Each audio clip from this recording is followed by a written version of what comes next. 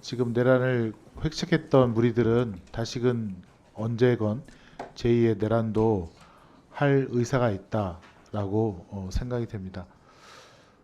처장님, 지금 법제처장님, 네. 질의하겠습니다. 상설특검법이 국회에서 통과되었고요. 네. 국회의장께서도 지금 한덕수 총리 대행에게, 총리 권한대행에게 그 상설특별검사를 임명하도록 그렇게 촉구를 하고 있는데, 네. 지금까지 아무런 답이 없습니다. 거기에 대해서는 어떻게 생각하십니까? 그건 권한대행께서 여러 가지 고려해서 결정하실 일이라고 생각합니다. 지금 특별검사 임명 등에 관한 법률, 이 상설특검법에 따르면 특별검사 후보자 추천위원회에 지금 한덕수 권한대행이 지체 없이 2명의 특별검사 후보자 추천을 의뢰하여야 한다라고 되어 있거든요. 여기서 지체 없이라 하면 거의 즉시라는 시간적 개념일 것 같은데요. 맞지 않습니까?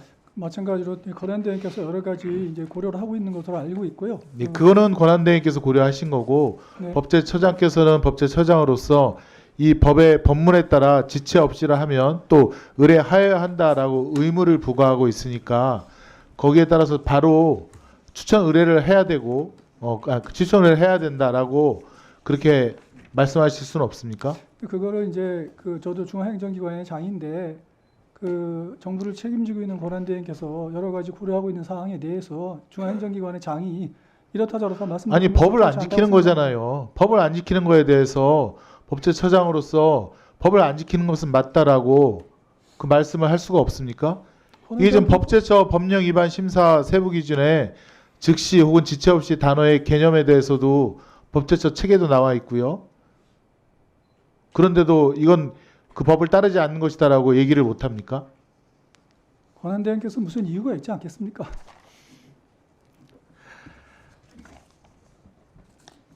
법에 무슨 이유가 있으면 지체 없이 하지 않아도 된다라고 규정이 있으면 모를까?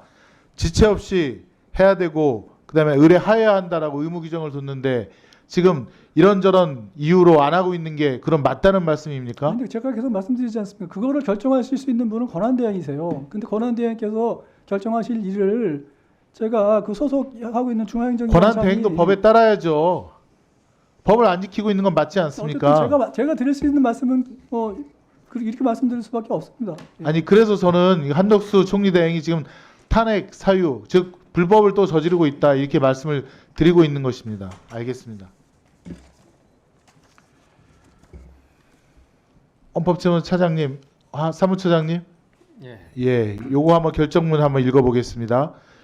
피청구인은 제기된 의혹과 관련해 진상규명에 최대한 협조하겠다고 하고 검찰 조사나 특별검사에 의한 수사도 수용하겠다고 발표했다. 그러나 검찰이나 특별검사의 조사에 응하지 않았다. 청와대에 대한 압수수색도 거부해 피청구인에 대한 조사는 이루어지지 않았다.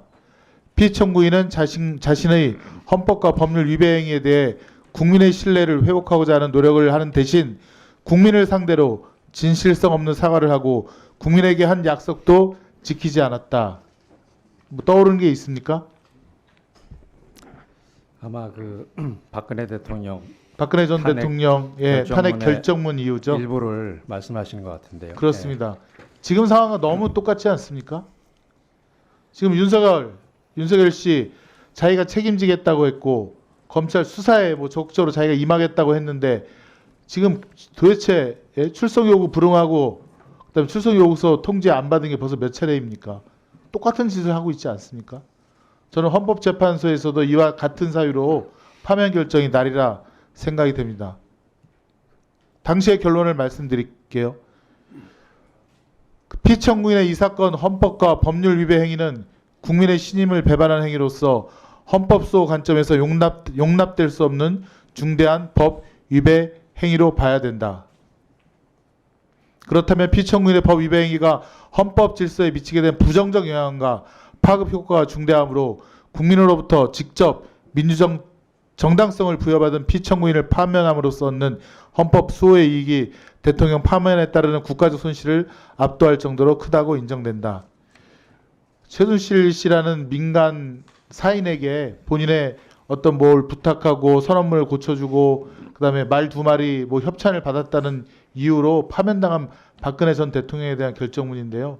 지금 윤석열 씨는 이거와는 이 정도로는 볼 수 없는 어마어마한 지금 불법 어떻게 보면 반인류적인 행위를 한 거 아닙니까?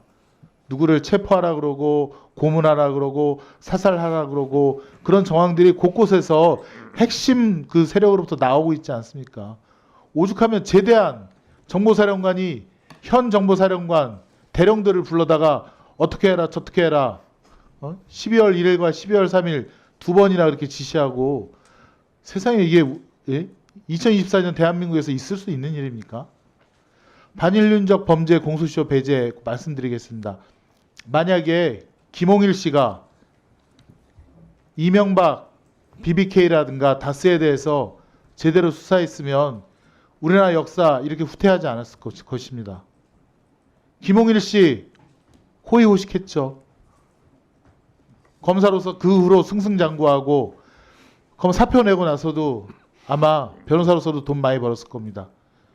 윤석열 대통령 취임하자마자 권익위원장, 방통위원장까지 했죠. 근데 그 사람 지금 수사를 못합니다.